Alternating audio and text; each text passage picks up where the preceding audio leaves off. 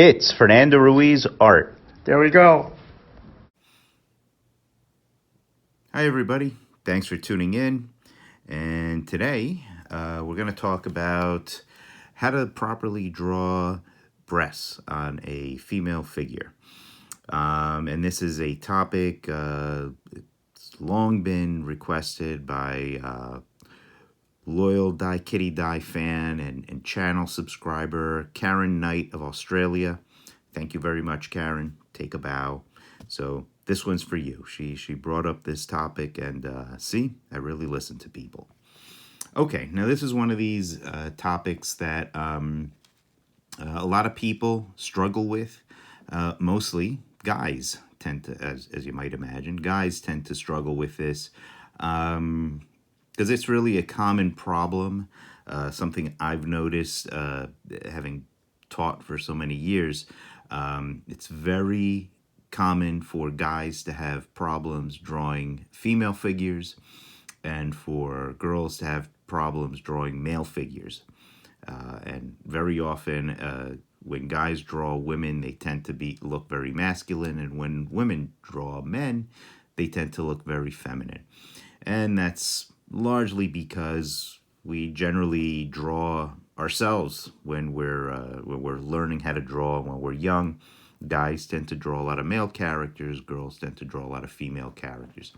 So as I always say, the best solution to drawing better female figures or male figures, if that's the problem you're having, is to just draw a lot of them. Practice it. Keep drawing, keep drawing, keep drawing, and you'll get better. Now, the other common issue with breasts is that there's so much bad information out there. Especially you guys out there who learned how to draw breasts by drawing them from badly drawn comics. You're probably getting a lot of bad information, and we're going to talk about that as we go. We may need a part 2 to this.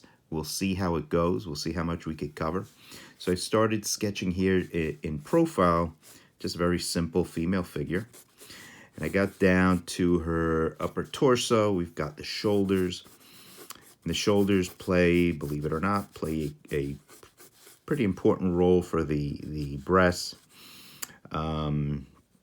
Now, one thing we have to keep in mind is that the natural breasts, and we're going to talk about a fairly medium-sized breast here. Actually, even before I say that, I should point out, if we're not aware of it already, the obvious thing is breasts do come in a variety of shapes and sizes. So before you start drawing, it's good to consider the body type of the figure you're trying to draw. Is it a slim figure, a fuller figure, a larger frame? What is the body type you're trying to draw? They're not all the same, and not all breasts, again, as comics might have us believe, are gigantic, perfectly round beach balls. The breasts, in fact, and again, we're gonna deal with maybe a larger, fuller breast just to really point out what happens here. We have this downward slope, okay, and it'll curve more towards the underside.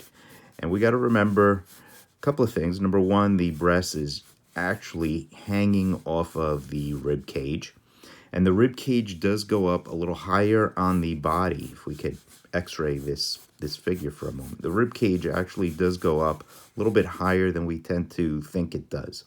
Sometimes we think of ribs as just this thing that happens in our lower sides, but actually, once we have the collarbones touch and the rib cage begins right below. So the breasts will tend to curve and hang there, and hang from there. The breasts will also join or hang from the pectoral muscle, which also connects to the deltoids, which are the shoulder muscles, and that's going to matter later when we start to pose the figure. But generally, your average breasts, your larger, fuller breasts will tend to hang like so. We often see in comics this sort of abnormal, perfectly round shape. This is only going to happen with either implants, fake breasts, or some sort of real heavy-duty push-up action in the costuming. But normally they don't defy gravity like this.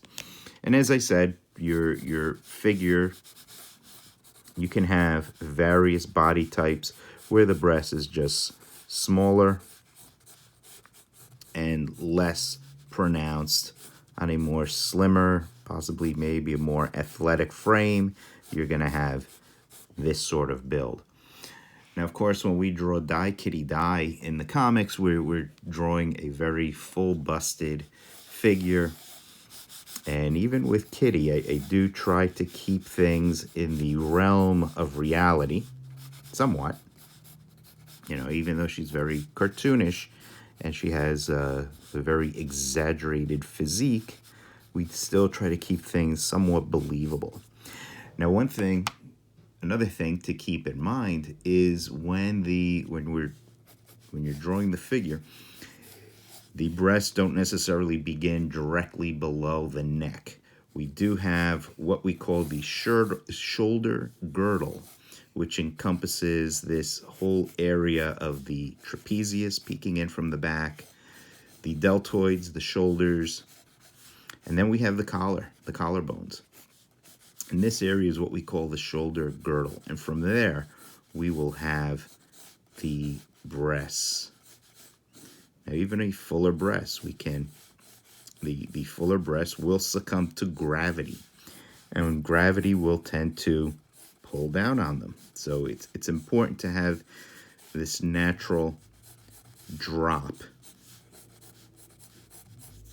As I said before, even when drawing Die Kitty Die, the Kitty Ravencroft character, and her breasts are fuller, generally I just treat them as realistic breasts. I just draw them very large.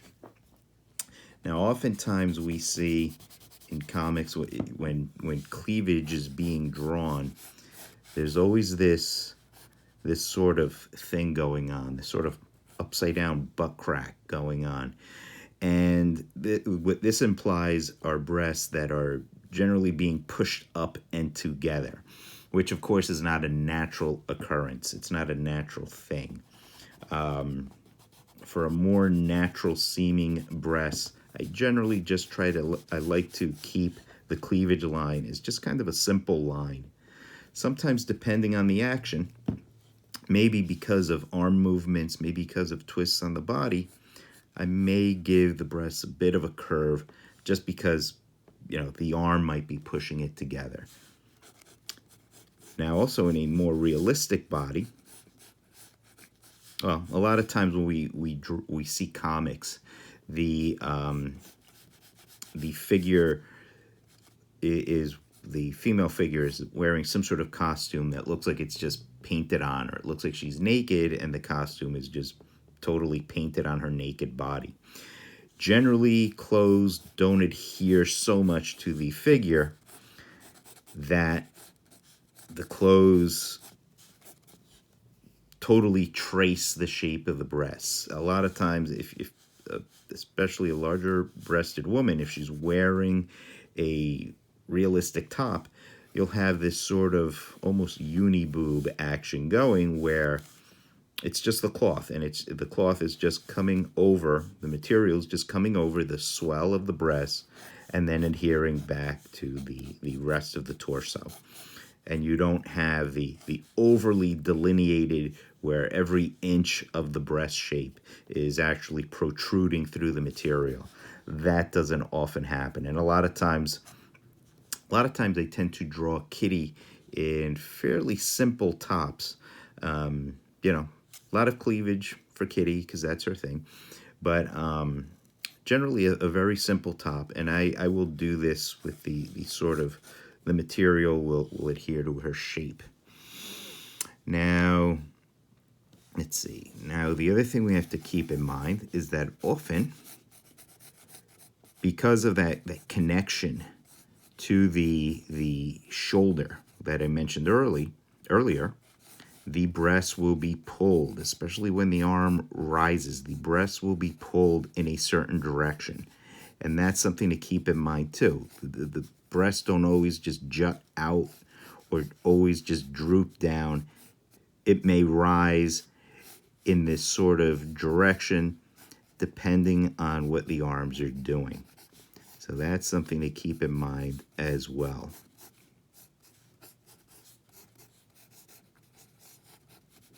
The stretch, the direction that the breast will go. So